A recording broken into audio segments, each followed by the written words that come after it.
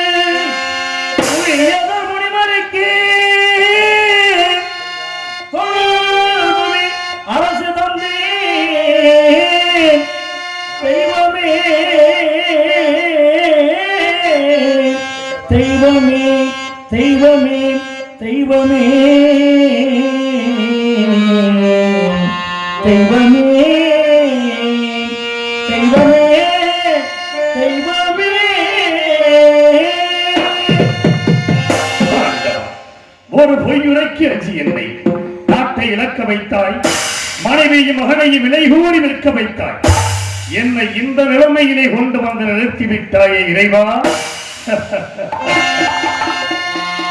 பொய்யது உரைக்க அஞ்சி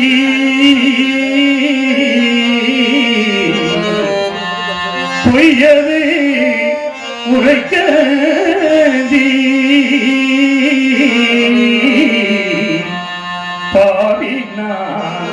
புவிதனில் அடிமையானே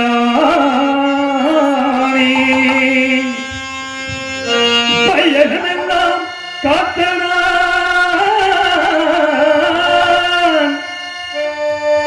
இந்த வையகமெல்லாம் காத்தனான், மயானத்தை காக்க போரே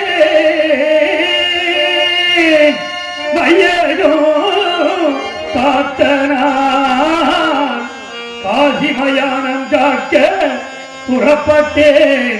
தெய்வமே தெய்வமே சிவமே தெய்வமே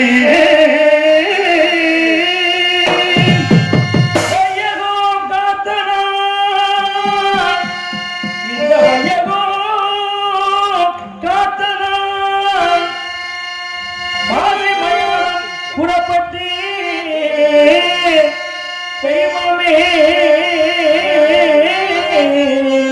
தெய்வமே தெய்வமே தெய்வமே தெய்வமே தெய்வமே தெய்வமே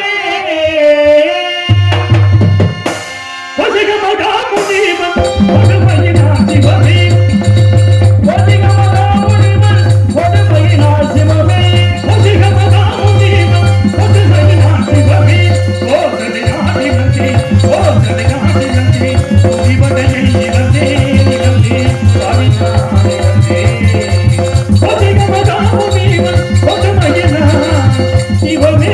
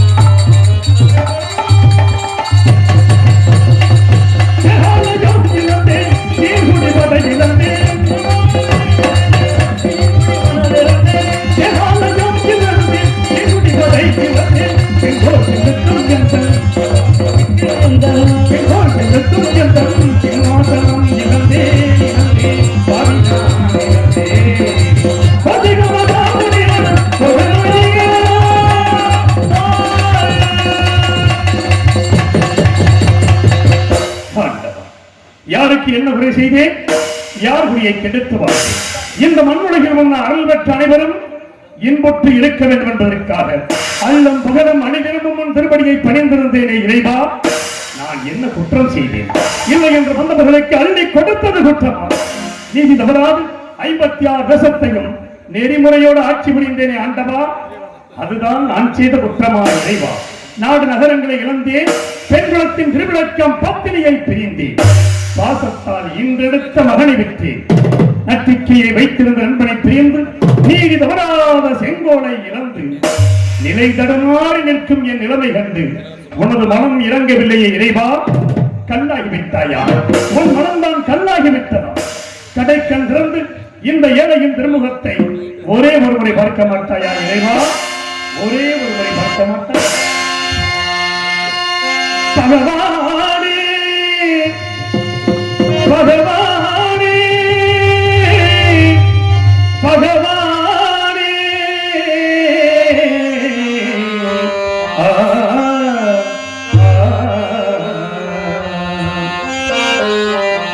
பகவானே மௌனம் ஏதோ பகவானே மௌனம் ஏதோ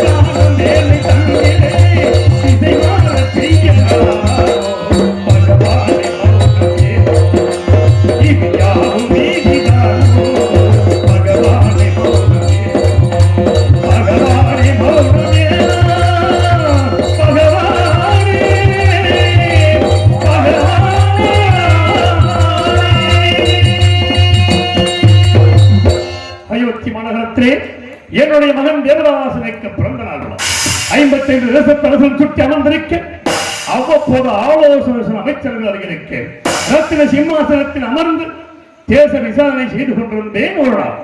அப்பொழுது தமத்தைச் சேர்ந்த விஸ்வாமித்திர முனிவர் என் குலமண்டபத்திற்கு வந்திருப்பதாக காவலர்கள் அறிந்தேன். உடனே அன்னவரை எதிர்கொண்டு அழைத்து வந்தேன். ஆசனத்தில் அமர்த்தினேன். சுவாமி, தாங்கள் என்னை நாடி வந்த காரணம் யாரு சுவாமி என்றேன். ஹரிச்சந்திரா, உனக்காகவும் உன் நாட்டின் நலனுக்காகவும் யாகம் செய்ய போகிறேன். அதற்கு கொஞ்சம் திரவியம் வேண்டும். அதை உன்னிடத்தில் பெற்று போக வந்தேன் என்று அறிவித்தார். நாட்டு மக்கள் நலனை கருதினால் எவ்வளவு வேண்டுமோ கேளுங்கள், தருகிறேன் என்று கேட்டார் முனிவர். மற்ற பாறைகள் மதகரிய நிலத்தை அதன் மீது ஆங்காரபுரம் அமரச் செய்து அவன் கையிலே வெள்ளி கவன் கொடுத்து அதில் மாணிக்க கல் வைத்து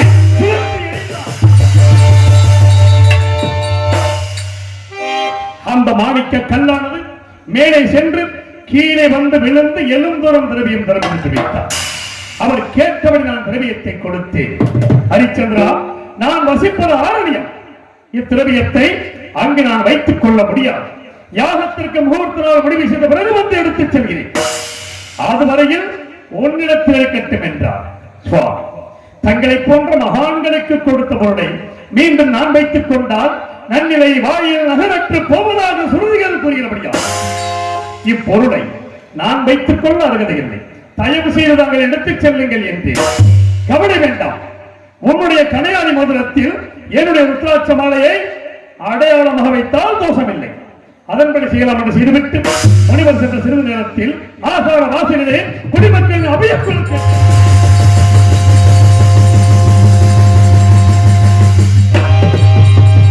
சென்று பார்த்தேன். குடிசனங்களே, உங்களுக்கெல்லாம் என்ன நேர்ந்தது? நான் என்ன குறை வைத்திருக்கிறேன்? எதற்காக அழுது புலம்புகிறீர்கள் என்று. மன்னா, நாங்கள் இட்ட பெயர்களை எல்லாம் கொடிய மிருகங்கள் வந்து அழித்து விட்டது. மன்னா மன்னா மன்னா, எனது மனம் வேதனை அடைந்தது. குடிமக்களுக்கு ஆறுதல் கூறி அனுப்பினேன். வேட்டைக்கு புறப்பட்டு கொடிய விலங்கினங்களை கொன்று வேட்டையாடி கலக்கத்தான் திருக்குள கரையோரம் ஆலமரத்தின் அடியில் எனது பத்தினி சந்திரமதியின் மடியில் சிறிது நித்திரையில் இருந்தேன். அங்கே அடாத கனவு ஒன்று கண்டு திடுக்கிட்டு எழுந்து பார்த்தேன்.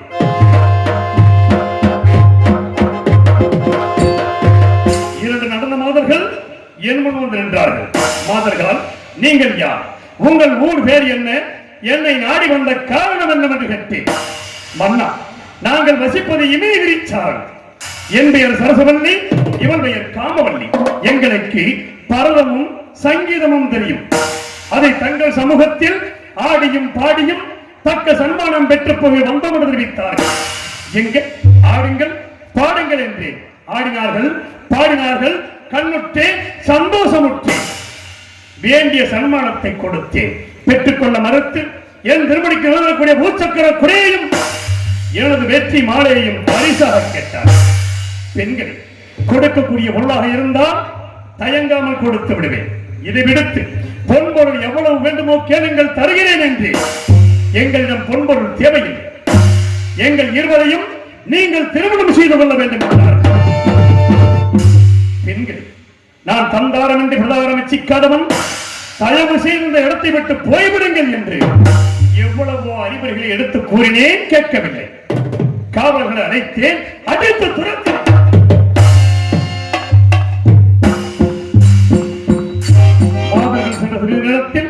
விஸ்வாமித்திர முனிவர் கடும் கோபத்தோடு வந்து என் திருமுடியை காலால் ஏற்றி உதைக்கின்றார்.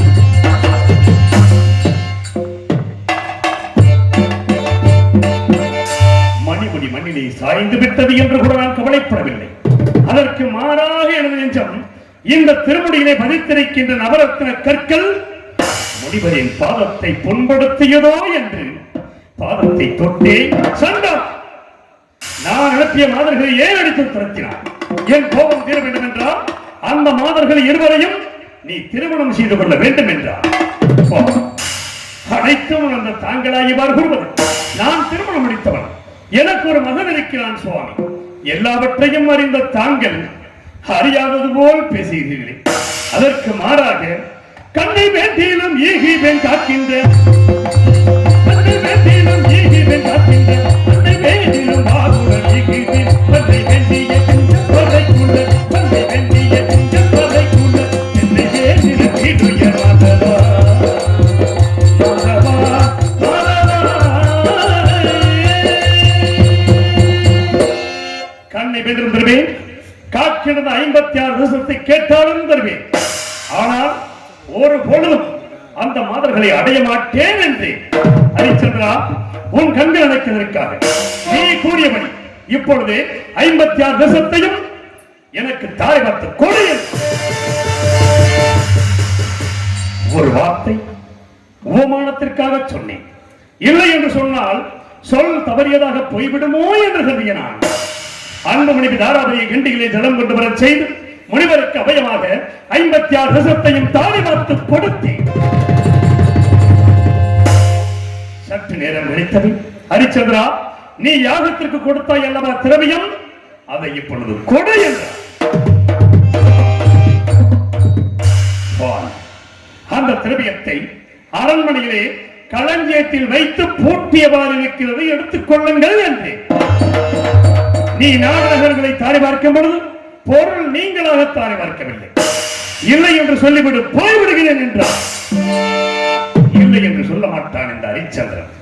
எனக்கு ஏதாவது ஒரு தவணை கொடுங்கள், தவணைக்குள் தங்களுக்கு சேர வேண்டிய திரவியத்தை நான் கொடுத்து விடுகிறேன் என்று. ராஜகத 48 நாட்கள் தவணை தருகிறேன். யாகத்திற்கு சேர வேண்டிய திரவியத்தை நட்சத்திரங்களை உன்னோடு அனுப்பி வைக்கிறேன், அவரிடத்தில் கொடுத்துவிடு என்றார். நான் சம்மதித்து இந்த நாட்டை விட்டு போவதற்காக ஒரு அடி எடுத்து வைத்தேன்.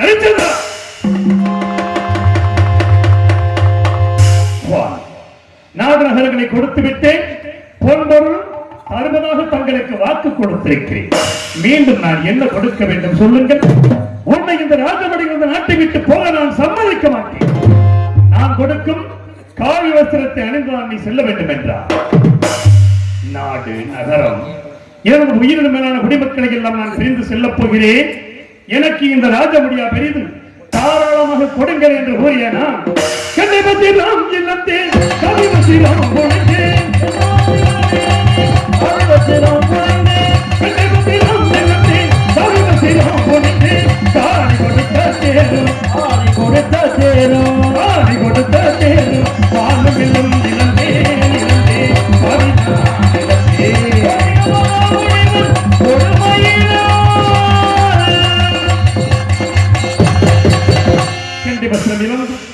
காய் வஸ்திரம் அணிந்த நான் அன்பு மகனை ஒரு கரத்திலே பிடித்தேன். உயிரோடு உயிராகி உறவாடி ஒட்டி வந்த மனைவியை மற்றொரு கரத்திலே பிடித்து நாடு நகரங்களை எல்லாம் விட்டு காசிமா நகரத்தை நோக்கி நடந்து சென்றேன். நடந்து வாமையில்லே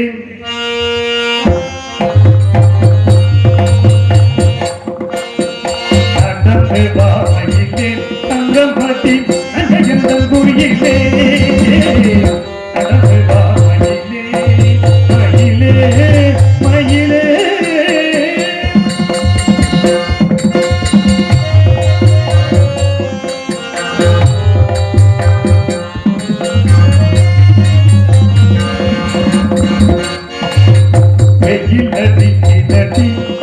வெயில் காணலும் வீசுதடி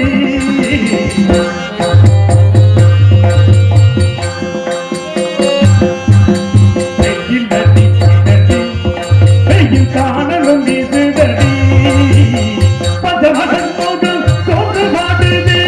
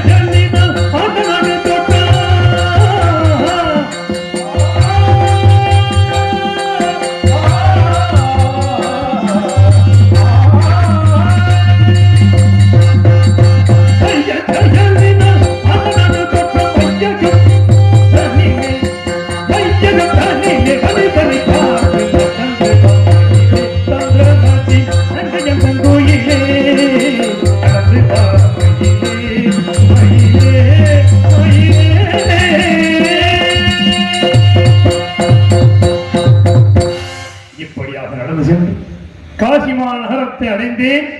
கடன் தீர்க்க வழியொன்றும் தோணவில்லை. என்ன செய்வேன்?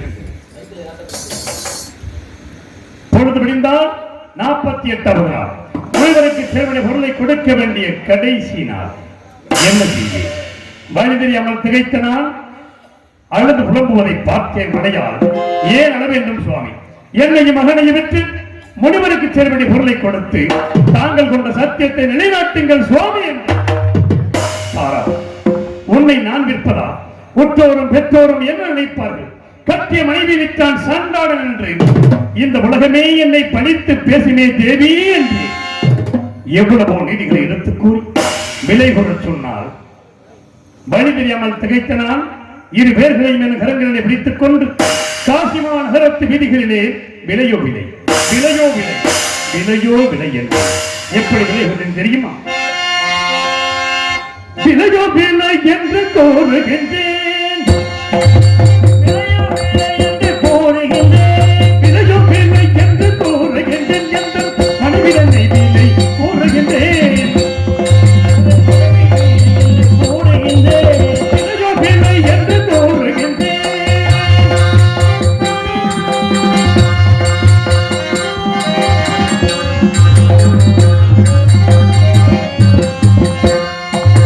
காசியில் வாழும் கணவன்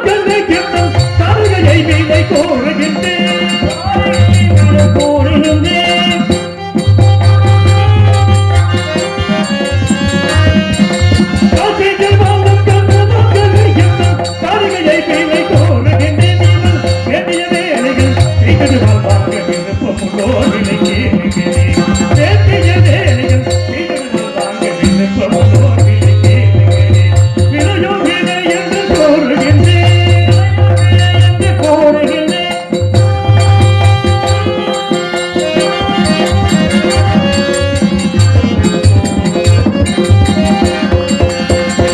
பாவிகள் யாரும் இல்லை உலகில் என்னிலை யாருக்கும் கிடைத்ததில்லை யாருக்கும் கிடைத்ததில்லை என்னை பாவிகள் யாரும் இல்லை உலகில் என்னிலை யாருக்கும் கிடைத்ததில்லை கோட்டைகளாமணி கடத்தி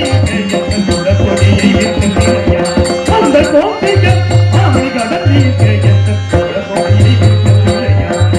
விலையோ விலை என்று கோருகின்றேன். காசி மாநகரம் முழுவதும் விலையோ விலை விலையோ விலை என்று கூறி அலைந்தேன். ஆனால் யாருமே விலைக்கு வாங்கவில்லை. இறுதியாக இருப்பது அந்தனர் வீதி. அந்தனர் வீதிக்கு மனைவியும் மகனையும் அழைத்துச் சென்று ஆடு மாடுகளையும் காய்கறிகளையும் இருப்பதைப் போல் மீண்டும் விளைகிறேன். எப்படி விளைகிறேன் தெரியுமா? உலகம் அறியாத புதுமை என் உடல் பொருளாதியை கடலுக்கே விற்பதே உலகம் அறியாத புதுமை. இந்த உலகம் அறியாத புதுமை உலகம் அறியாத புதுமை என் உடல் பொருளாதியை கடலுக்கு விற்பதே உலகம் அறியாத புதுமை.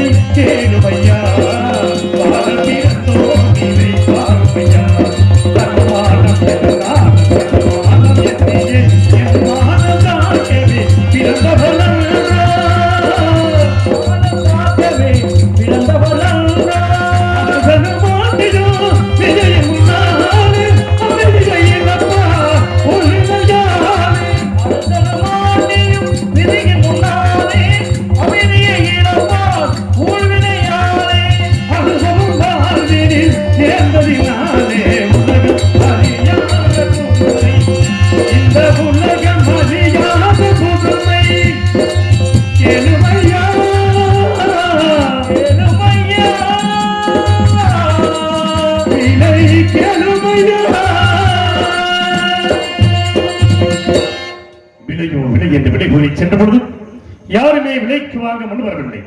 கடைசியாக காலகண்ட ஐயர் விலைக்கு வாங்கினார். அன்பு மனைவியும் மகனையும் என் கண் எதிரே அடித்து இழுத்துச் சென்ற அந்த கொடிய செயலை இன்னும் மறக்கவில்லை. இறைவா, நான் என்ன செய்வேன்? அந்த பொருளை பெற்ற நான் தரகத்தில் கொடுத்து முனிவரிடம் சேர்த்து விடுங்கள் என்றேன். தரகனானவர், ஹரிச்சந்திரா, உன்னோடு 48 நாள் கஷ்டப்பட்டு வந்திருக்கிறேன், எனக்கு என்ன தரப்போகிறாய்? 16,000 பொன் கொடுத்தாலுடைய, இல்லை என்றால் அந்த பொருளை முனிவருக்கு கொடுக்க மாட்டேன், நான் வைத்துக் கொள்வேன் என்றார். இனிமேல் என்னிடம் என்ன இருக்கிறது? எதை வைத்து தங்களுக்கு கொடுப்பேன் என்றேன். ஏனில்லை, நீ இருக்கிறாய் அல்லவா, உன்னை விட்டு கொடுக்கலாம் அல்லவா என்றார். ஆம் சுவாமி, என்னை நான் மறந்துவிட்டேன் என்று சொல்லி அன்பு மந்திரி சத்தியகித்தை அழைத்து என்னையும் இந்த காசி மாநகரத்து வீதிகளிலே யாரிடமாவது விலை கூறி விட்டுவிடுங்கள் என்று மனம் சூழ்ந்து விலை கூற முடியாத மந்திரியா மூர்ச்சியாகி கீழே சாய்ந்து விட்டார். இந்த பாவியாகிய நான் என்னை நானே விலை கூறி சென்ற பொழுது வீரவாகிய நம் ஈமக்காவலர் விலைக்கு வாங்கினார். நிசனைக்கு அடிமையானே, வெள்ளக்காகவே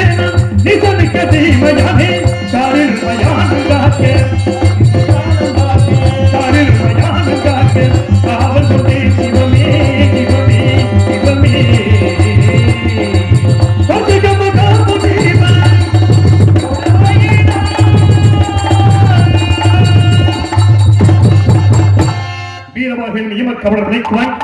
கல்குடம் சுமக்க வைத்தார், தவறை கீழே விழுந்தது, காலால் ஏற்றி உதைத்தார். இறந்த கன்றை அறுக்கச் செய்தார். அறுக்கும் பொழுது கத்தியானது கையிலே அறுபட்டு ரத்தம் கொட்டுவதை பார்த்தார். ஹரிச்சந்திரா, இந்த வீட்டு வரை எல்லாம் உனக்கு சரிப்படா. நான் பார்க்கின்ற மயானம் ஒன்று இருக்கிறது. அங்கு போ. வருகிற தினம் ஒன்றிற்கு கால்பணம் 1 முழ துண்டு, வாய்க்கரிசி 3 வாங்கு. கால்பணம் முளத்துண்டை எனக்கு அனுப்பிவை. வாய்க்கரிசியை மட்டும் உனது புசிப்பிற்கு நீ வைத்துக் கொள்ள. அரண்மனையிலே 6 சுவை உணவு கொண்டு வாழ்ந்த நான் இன்று இந்த மயானத்திலே பிணத்தின் மேல் போடப்படுகின்ற வாய்க்கரிசி கொண்டு வாழும் அளவுக்கு என்னை கொண்டு வந்துவிட்டார். என்ன செய்தேன்? எஜமானிட்ட கட்டளைப்படி மயானத்தை காக்க புறப்படுகிறேன். இறைவா, மயானத்தை காக்க புறப்படுகிறேன்.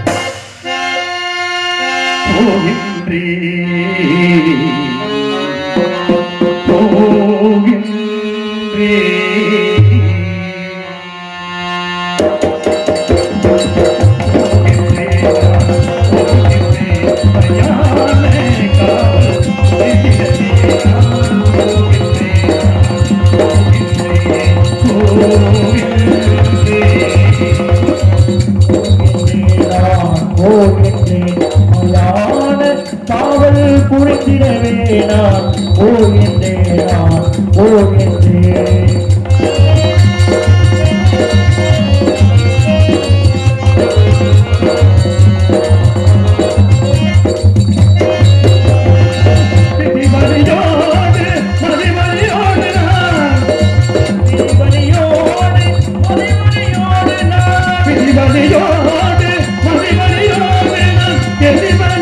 Baby,